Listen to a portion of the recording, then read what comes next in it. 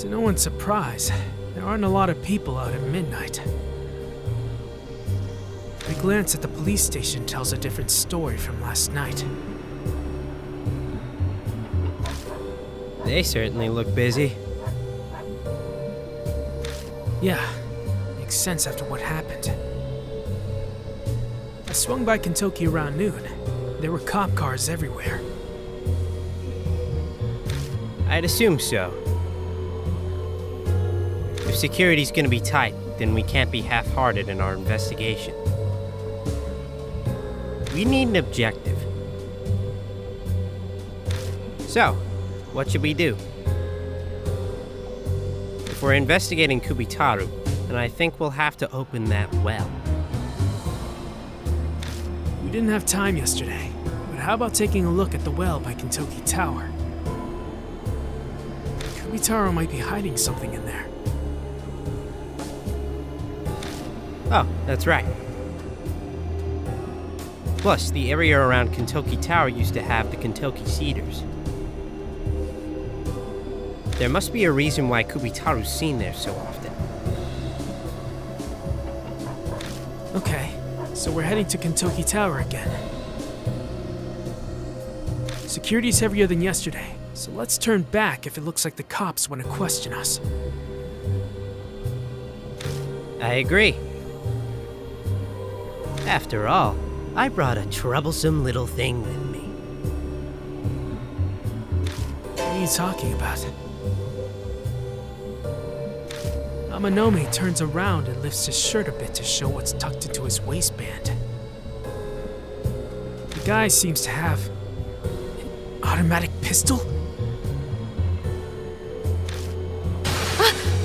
A gun?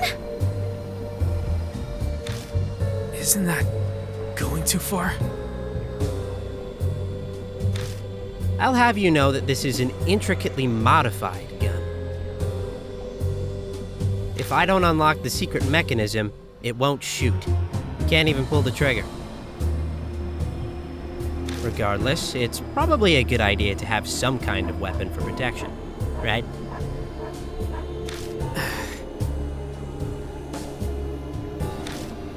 Do you actually believe something like that would work? They aren't from this world! Amanome's never been face to face with the Arashima woman. I get why he'd want the safety of a weapon. But we'll be in deep shit if we're caught, and they confiscate it. Well then, we better not get caught. Sorry, but I did not see and have no knowledge of what you have tucked in your pants. That's fine. I'll just say I secretly brought it. We better get going. We still have a ways to go before we reach Kintoki Tower.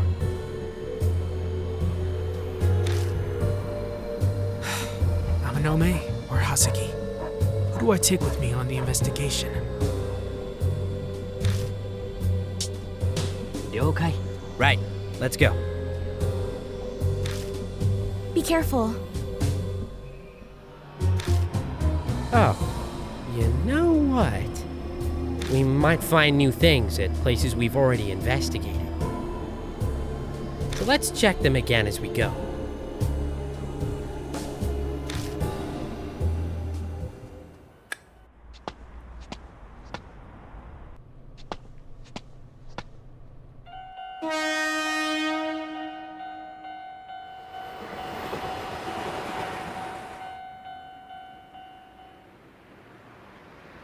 Looks like the crossing's blocking us again today.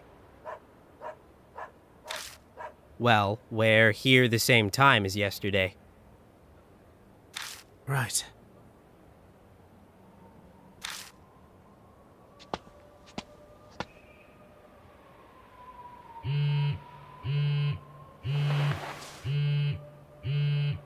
A text. I open up the message. How are you? Remember me? It's D-Man. I've prepared your next riddle. Decipher it to receive your analysis record. Search the monster that holds up the sky.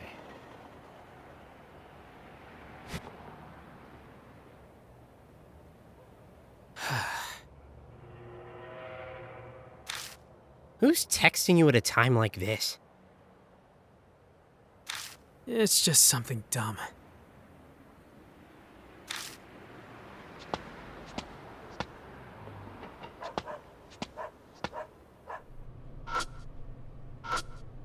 Something stuck to the back of the pillar.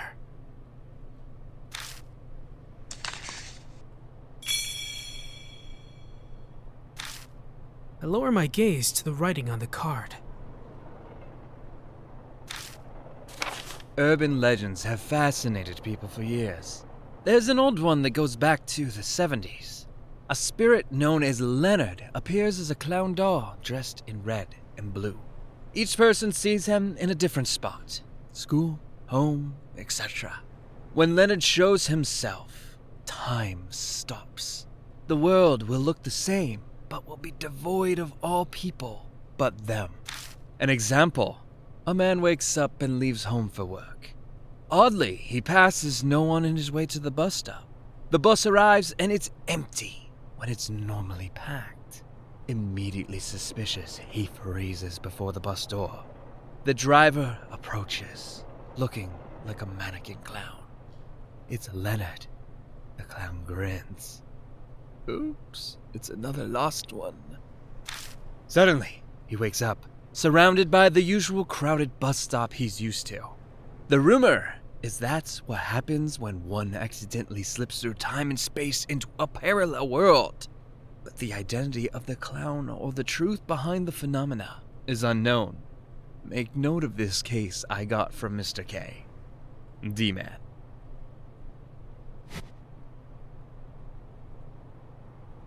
What are you doing? Let's keep moving.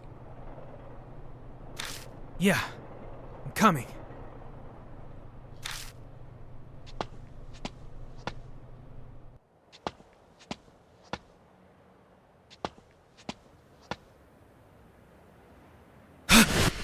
The second I spot the cop car, I dart behind the building.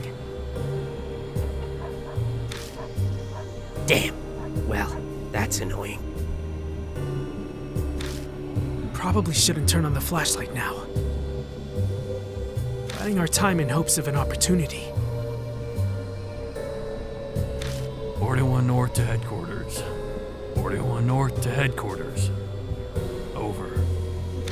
I can faintly hear a voice inside the vehicle. Sounds like they're using a transceiver. Yep, there's definitely someone inside. Want me to speed things up and shoot at him? Quit being stupid. Confirmation from the witness. They said the large dog's corpse was collected by the shelter. Yes. The witness stated the body was found near the trash cans in the 3rd district of Kintoki. The area was splattered with blood, so apparently it was cleaned with rags. Which is why traces were found during patrol. 41 North, end of report. The talking cuts off. Seriously? Another dog was killed? 3rd district. He just came from there. Though the route we traveled showed no signs of anything going down. He said something about someone cleaning it up. Should we go back and check it out? May as well. We can't get through here anyway, so long as he's not moving. If there's a dead dog, that means Kubitaru's roaming around town right now.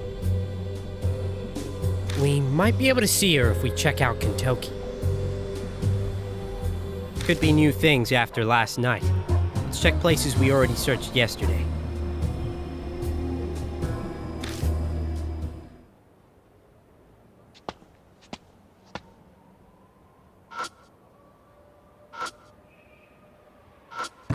ton of trash bags full of raw trash are thrown away here. Buried under the stench of rotting trash, I catch a hint of what smells like rusted metal. Oh yeah. That officer said the 3rd District trash can was dirty, so it was cleaned with rags. Then, this smell could be... I light up the inside of the trash can again. Then... Found him. Huh? What did you find? The rags. Remember the cop's report? The dog corpse was here, and someone cleaned the mess with rags. In the corner of the can is a pile of rags. They're all pretty damp and covered in red stains. Hey, there's something thrown away there. I swing my light around to the spot. What's this paper? It looks suspect. Looks like some sort of charm. Well, a lot of whacked out shit's been happening recently.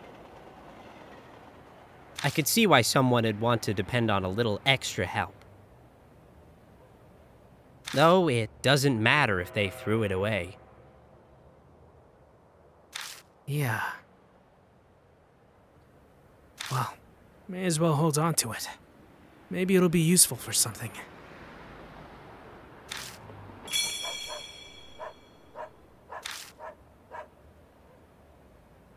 I hold my breath in hopes of blocking out the horrible smell as I pull out the blood-soaked rags.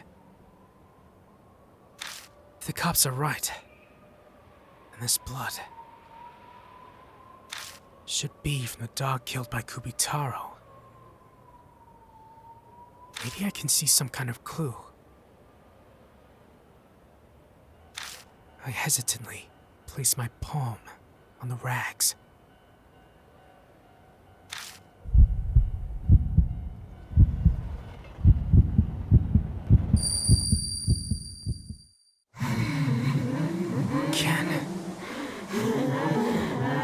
I can hear a song. No idea from where.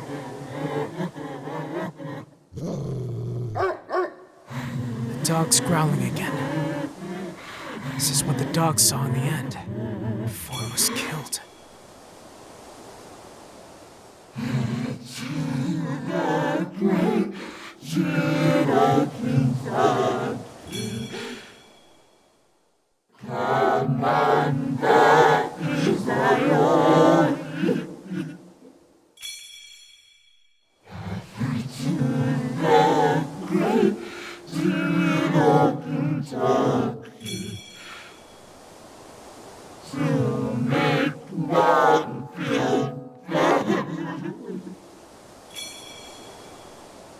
This song sounds a lot like the one from before. But the emotion behind the voice singing is different. Rather than laughing, it feels more like crying.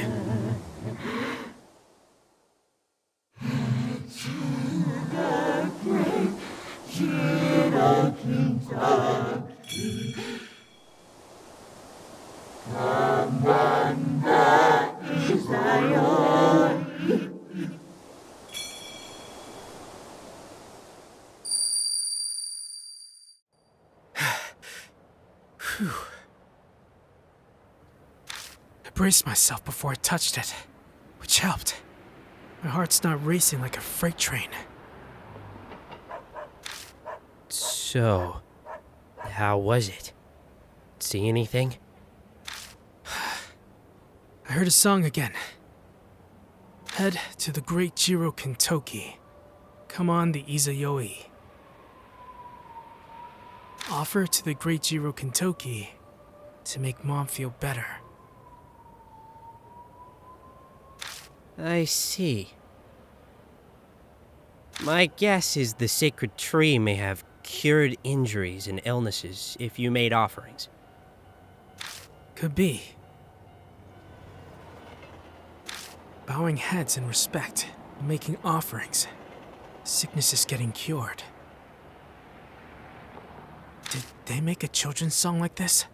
Because the sacred trees really had powers like that?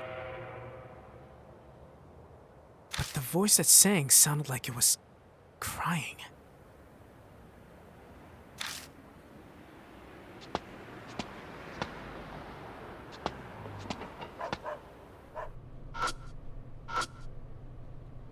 I lift the lid and look inside.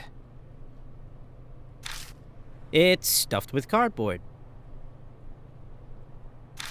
Digging into the mess to see if there's anything else. Look at that. Something that's not cardboard is buried in here.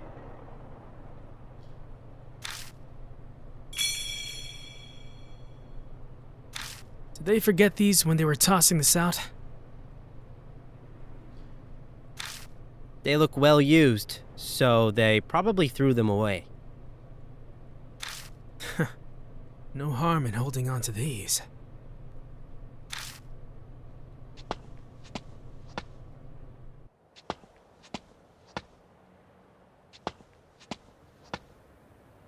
When we come back in front of Kintoki Tower...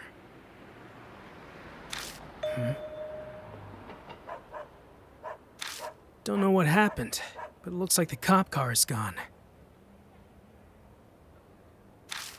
Guess he was only parked there because someone called him over. But this is good. It means we don't have to come back tomorrow. Yeah.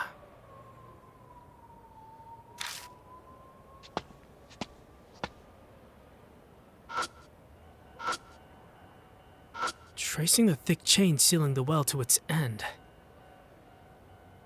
It's fixed in place with a dial combination lock. Damn! A combination lock. We have to do something about this first. Destroying it would be the easiest course, but even you couldn't muscle off this thick chain. If we're gonna break it without drawing attention, we need some tools. It's really sealed up tight. Wonder if this mini-shrine Shinto priest did this. Then let's bribe the guy to get the code out of him. You really think it'd be that easy? We have no idea how to even contact him. Maybe the info will be inside the mini shrine, or even the back of the sign? Can't say I'm expecting much, but it doesn't hurt to check.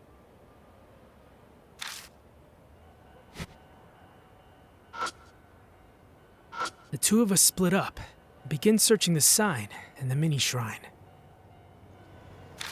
Well, looks like we can cross off anything being on the back of the sign. Oh, there's something on the back of the shrine's shintai. Behind the shintai. Sounds kind of disrespectful. Inside of the mini shrine, I find what looks like a sheet of paper wrapped in thin string.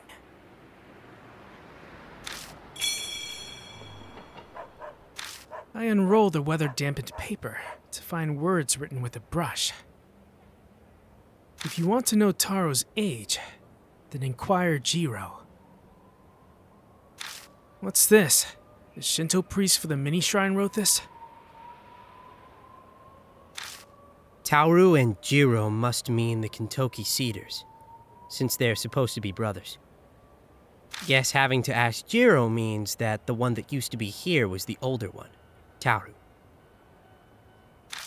Then, Taro's age must be talking about. The numbers for the combination lock. I'm guessing the priest was forgetful, so he made a note for himself that only he'd understand. Then he hid it here. Sounds like someone went senile. Though I guess a priest for a small shrine like this probably didn't have a successor. So, where's this Jiro anyway? No clue. Maybe someplace that looks similar to here?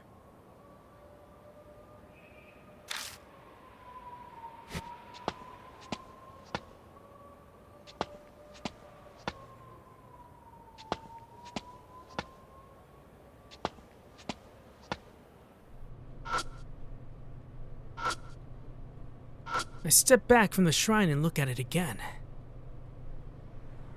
The shrine. It's somehow got a similar vibe to the mini-shrine at Kintoki Tower.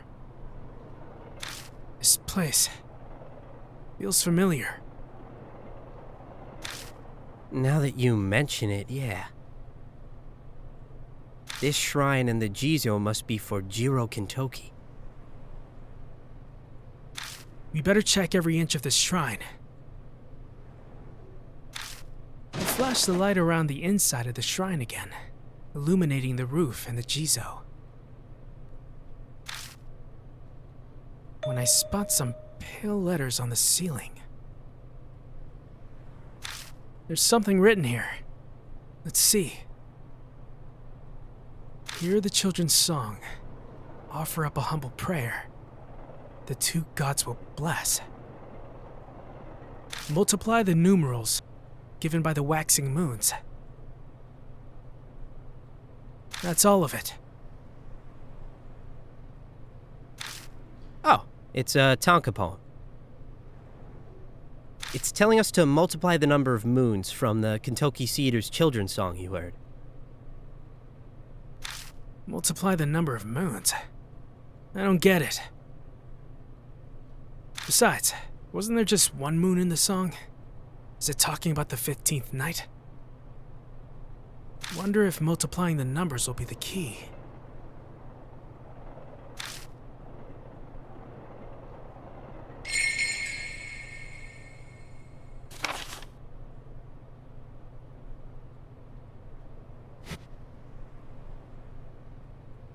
I search every inch of the shrine to see if there's anything that could be a hint. I spot what looks like to be a dog's face behind the shrine. What's this? By the shape of the thing, I'd say it's a pouch.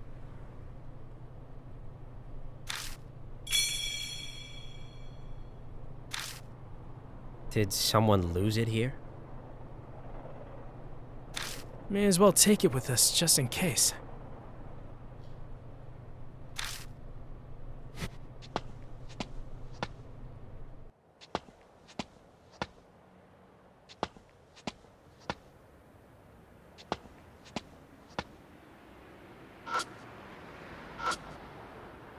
The well is sealed with a thick chain and combination lock. The children's song, the Tonka I found at the shrine are clues. The two-seater songs, the numbers given by the waxing moons, and multiply.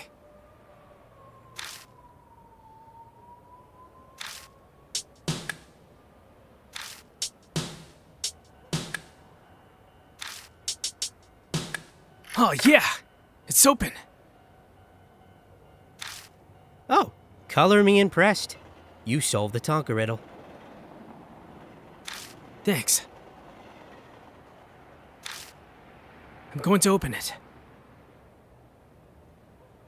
It takes some effort to slide the extremely heavy concrete lid to the side. Well, Akira, I see literally nothing. It's pitch dark inside. Hold on, let me get the flashlight.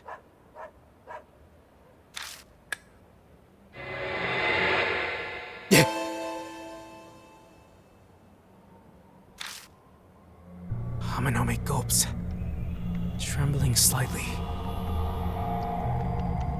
Are these all heads? doll head. A mannequin head. A toy head. A Jizo head. A backpack with a rabbit head silhouette. And a dog head.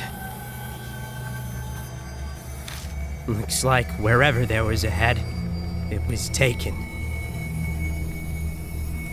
No severed human heads mixed in, thank God. I'm guessing these are all Kubitarou's. Safe bet. This is Kubitarou's collection.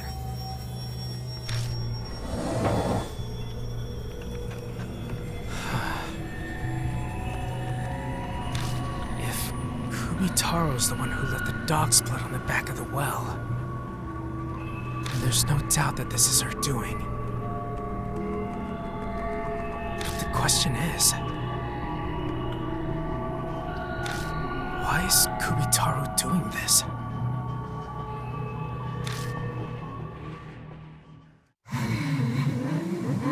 The evening breeze brings with it a familiar song.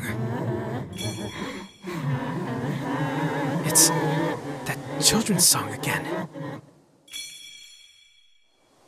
Is it because my hand touched the blood stain inside the well? I check my fingers. Wait, I didn't touch any blood. This isn't Bloodmetry. This is right now! I quickly step away from the well and look around.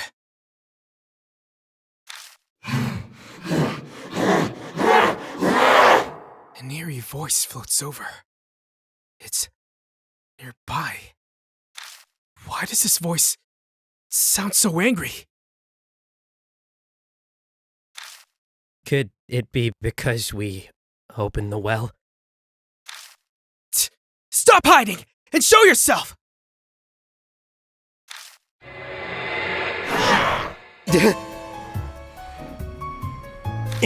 Is that Kubitarou, from the looks of it. She's huge. Is she really a child? I swing my flashlight around to get a better look. When the light hits Kubitarou... What? She disappeared? Seems so. Maybe the flashlight was too bright. She's so big. I can't believe something of that size is still a ghost. Damn it! Where did she go?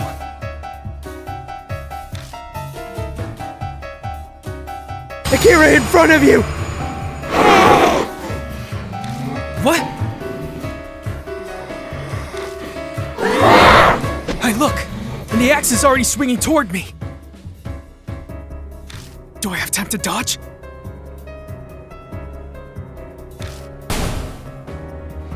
My body moves with my thought, and the slash that misses me by a hair knocks away the flashlight. If Amanome hadn't called out, that would have been it for me. The impact from blocking the attack makes my hand go numb. I'll get the flashlight. It looks like Kubitarou doesn't like it. Yeah! I'll hold her off while you... I say that, but what the hell should I do? My only thought is to find an opening to run away.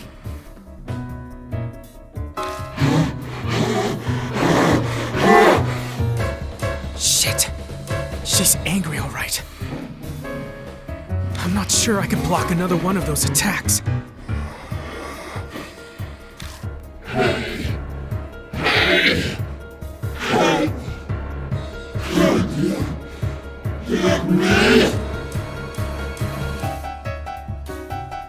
Huh?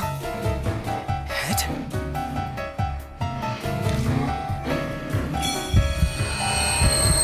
What does she mean by she wants a head? Sounds like her kind of fun is in bad taste. But if Kubitarou really is a kid, maybe I can calm her down by giving her what she wants. What she wants. What is that? Focus! Think, damn it!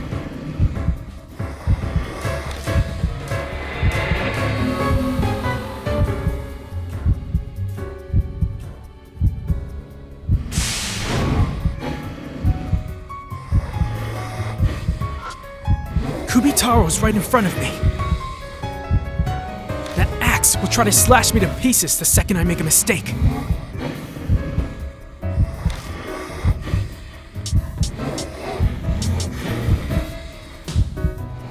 If she considers everything in the well to be heads, then this probably counts. I take out the dog pouch and offer it to Kubitarou.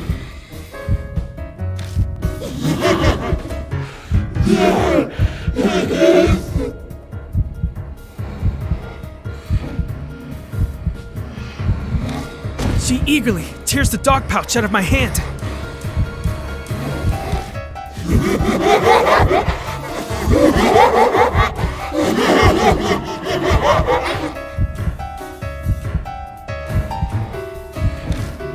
Kubitarou looks happy. She stares at it. Yes! Now's her chance to escape! Time to go, Amanome! I hear you, loud and clear! Amanome dashes toward me, handing off the flashlight, and we book it away from Kintoki Tower.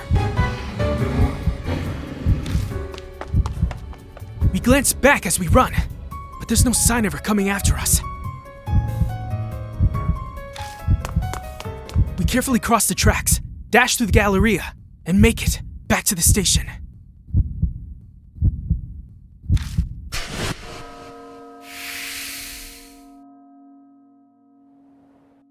Now that I'm back in familiar territory, my heart finally stops trying to beat out of my chest.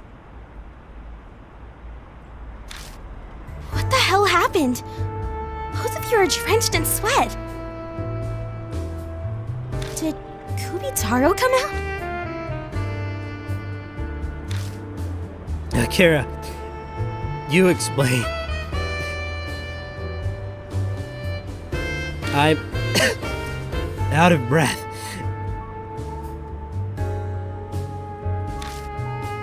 He collapses to the ground. Weak. We didn't run full tilt that long.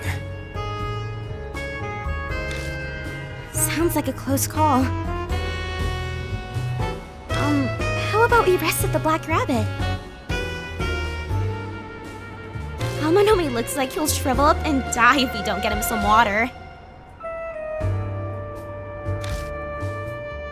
I drag the dead weight of Amanome with me as we go back to the bar. I quickly summarize what happened earlier to Hazuki as we travel. She asks if the head in the well was part of some kind of ritual. She was intrigued, but her expression freezes when I tell her about Kubitarou.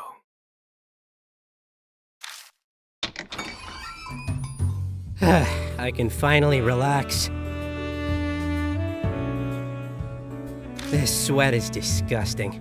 I'm dying to go home, but we need to discuss what happened tonight. It looks like Kubitarou really is obsessed with heads. We've officially confirmed that rumor with our own eyes. Yeah, she seemed happy when I gave her the dog pouch.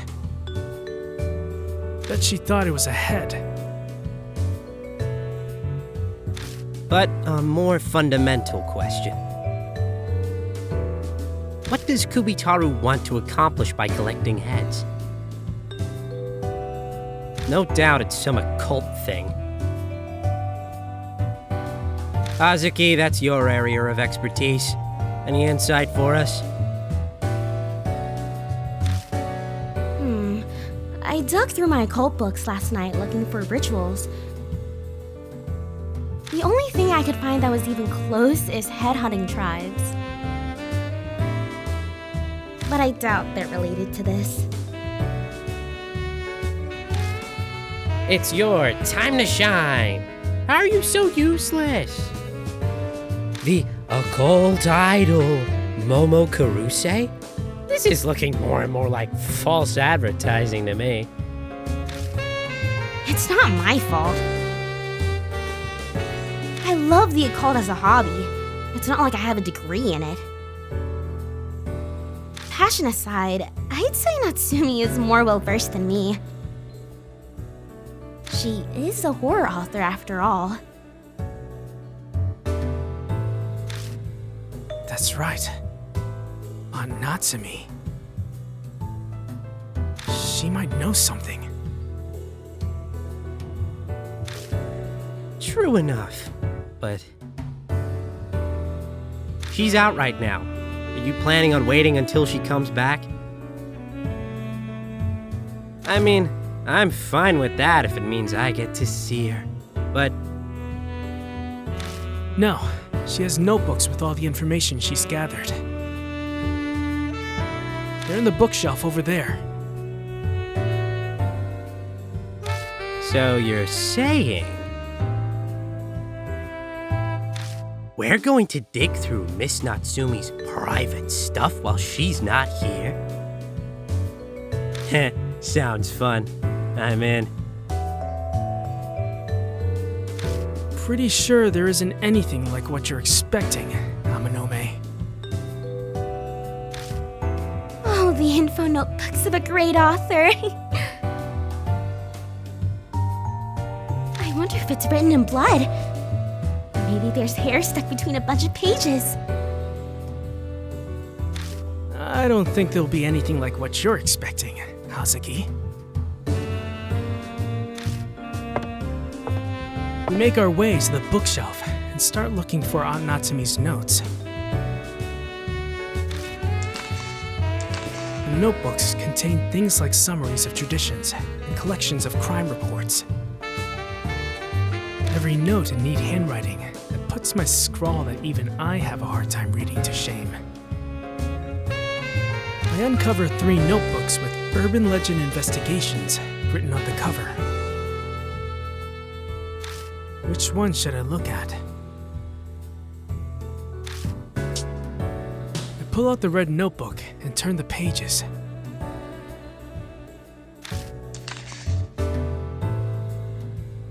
This notebook has info on all the most recent urban legends. This is also the one with the details of the pregnant woman murder. Didn't Kubitarou live sometime right after the war? I don't think we need recent information. Which one should I look at next? I pull out the blue notebook and turn the pages.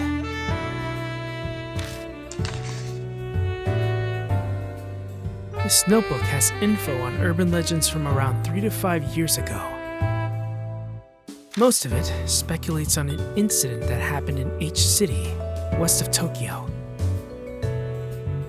Some kind of weird scar urban legend, but it doesn't have anything to do with me right now. Someone I know was involved in that incident, so I've heard a lot about it from them. I used a lot of details when I created the character of Momo Kuruse. Which one should I look at next? I pull out the yellow notebook and turn the pages.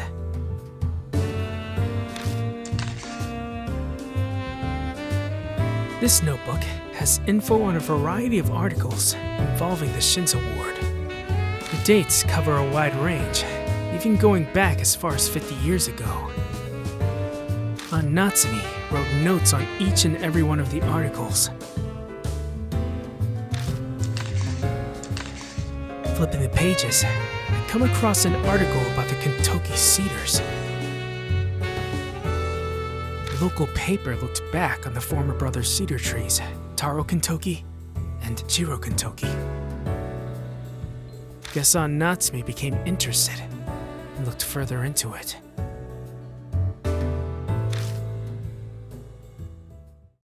During my investigation, I obtained a journal which reveals the truth about the Kintoki Cedars. Despite a Kintoki village-wide gag order, the journal's writer tried to leave a record of it.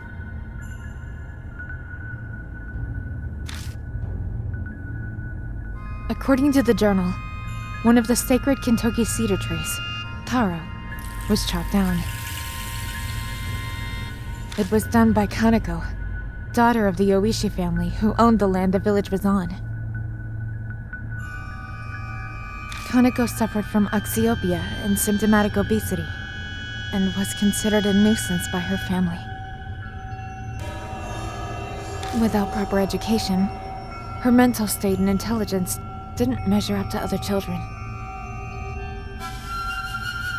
As a result, it seemed she believed a bear plushie to be her little brother. However, during a certain incident, the plushie was destroyed, and her little brother died. Bereft, Kaneko thought to bring him back to life by following the Kintoki Cedar Children's Song. Head to the great Taro Kintoki on the 15th night. Offer to the great Taro Kintoki, and Dad will feel better. Kaneko attempted to put the song into practice, but misunderstood its meaning. The head part. She always jumbled the lyrics up and thought they offered heads, which meant she believed that her brother would be brought back by offering heads to the trees. So she cut the heads off of livestock and stray dogs and offered them to the Kintoki Cedars. Of course, no matter how many heads she offered, there was no way her little brother would live. Furious at how her wish didn't come true, Kaneko stole an axe from her house.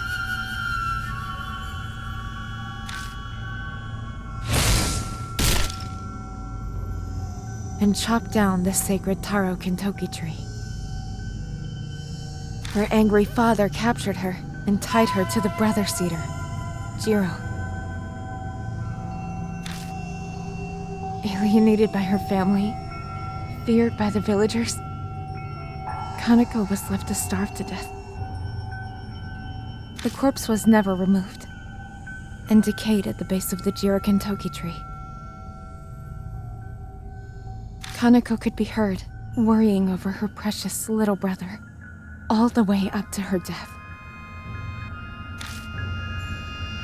After Kaneko's death, the Jiro tree she was tied to inexplicably died. After the loss of the two sacred cedars, Kintoki village was repeatedly struck by lightning. To calm the ill-omened events, the citizens built many shrines where the trees used to grow. At the transmission tower, where Taro used to be, and the shopping district, where Jiro had been.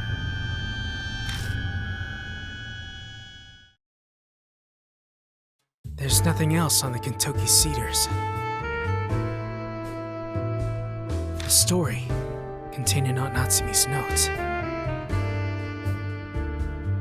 The tragedy of a girl who misunderstood the meaning of a children's song.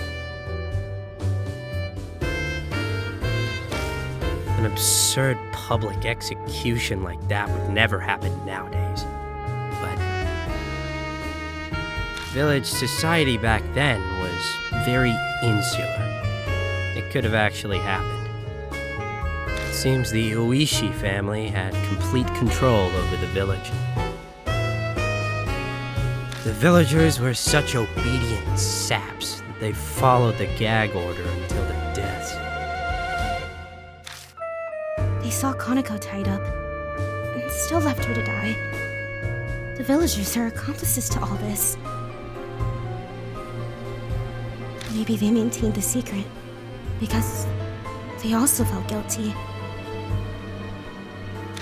So, this kid named Kaneko is Kubitarou? Yeah, must be. If we combine this with what we read on the site, a girl called Kubitarou must be Miss Kaneko.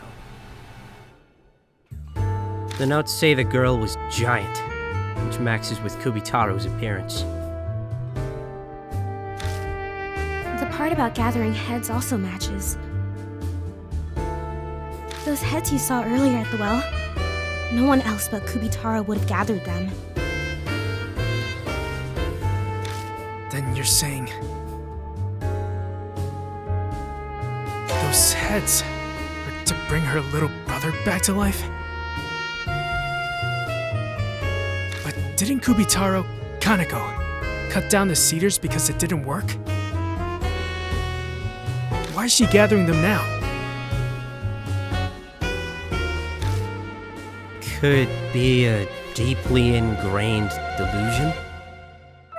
Spirit behavior is affected by regrets and grudges they had when they were alive, right?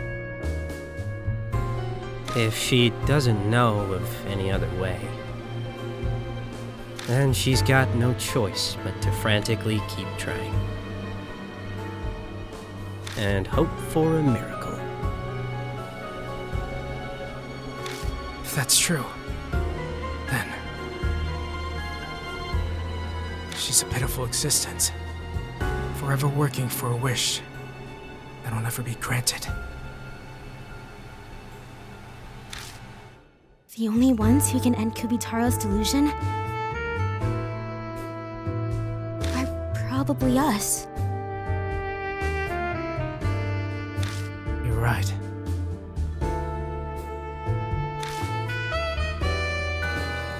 It's late. Let's call it for today. Okay. Agreed. Almost dying completely wore me out.